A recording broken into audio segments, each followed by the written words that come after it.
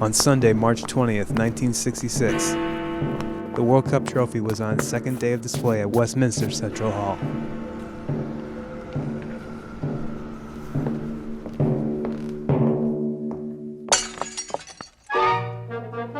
The Jues Rimet Trophy was made of solid gold and worth 30,000 pounds. The Scotland Yard police led the investigation.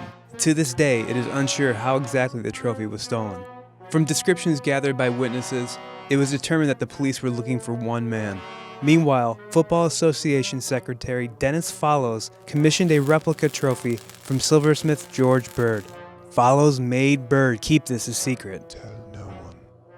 The police received leads from all over the world, and were all deemed false. Needing to ramp up the investigation, the case was handed over to D.I. Len Buggy of the Flying Squad, a division of the police that are only brought in the case of emergency. A breakthrough in the case happened when a man phoned Joe Mears, the Chelsea and FA chairman. The mysterious caller identified themselves as Jackson. He told Mears there will be a parcel at Chelsea Football Club tomorrow. Follow the instructions inside. Mears informed the police and played along.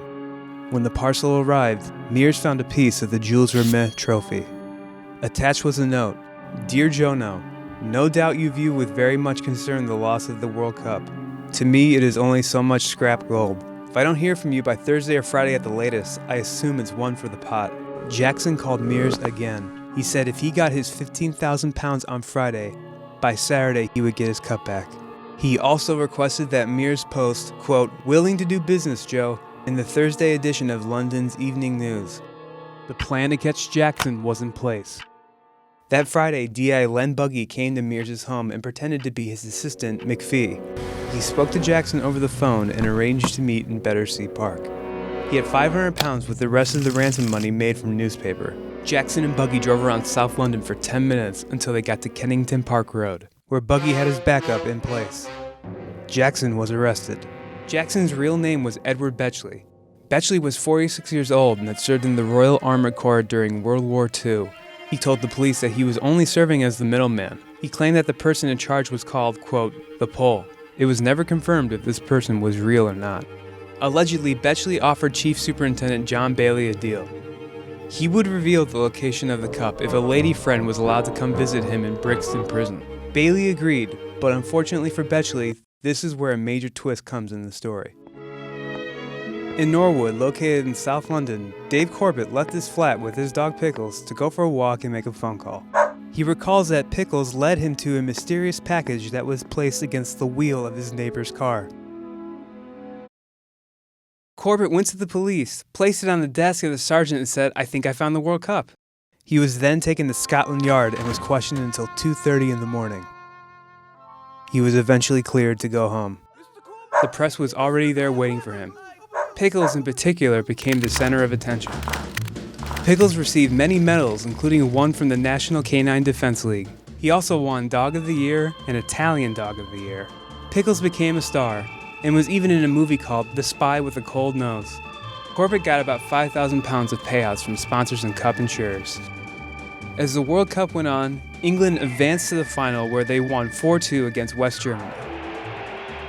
After their victory, the trophy was presented by the Queen of England to star player Bobby Moore. There was a police officer hidden in plain clothes keeping his eye on the trophy to make sure that they were not embarrassed with another trophy-stealing scandal. After the game, a Wembley police officer, Peter Weston, was stationed by the changing rooms with a replica of the trophy. He traded the trophy with English player Nobby Stiles, giving Stiles the replica. Weston said, quote, over the next 4 years I saw it paraded in newspapers, on TV, and always chuckled to myself.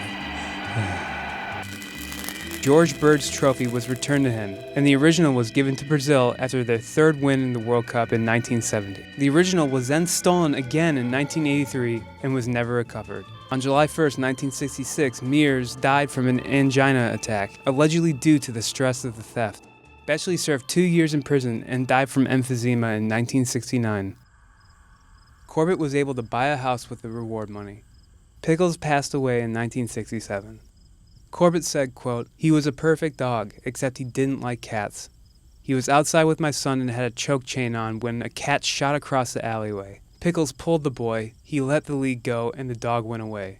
We were looking everywhere, and at the back of the garden there was a tree, and he was halfway up there. I think he must have broken his neck. Pickles is buried in the back garden of the house that he helped Corbett buy. Not bad for a dog who Corbett adopted from his brother because as a puppy, Pickles chewed up his furniture. Corbett says that Pickles changed his life, and on nice summer nights he goes out there to say thank you to his dog.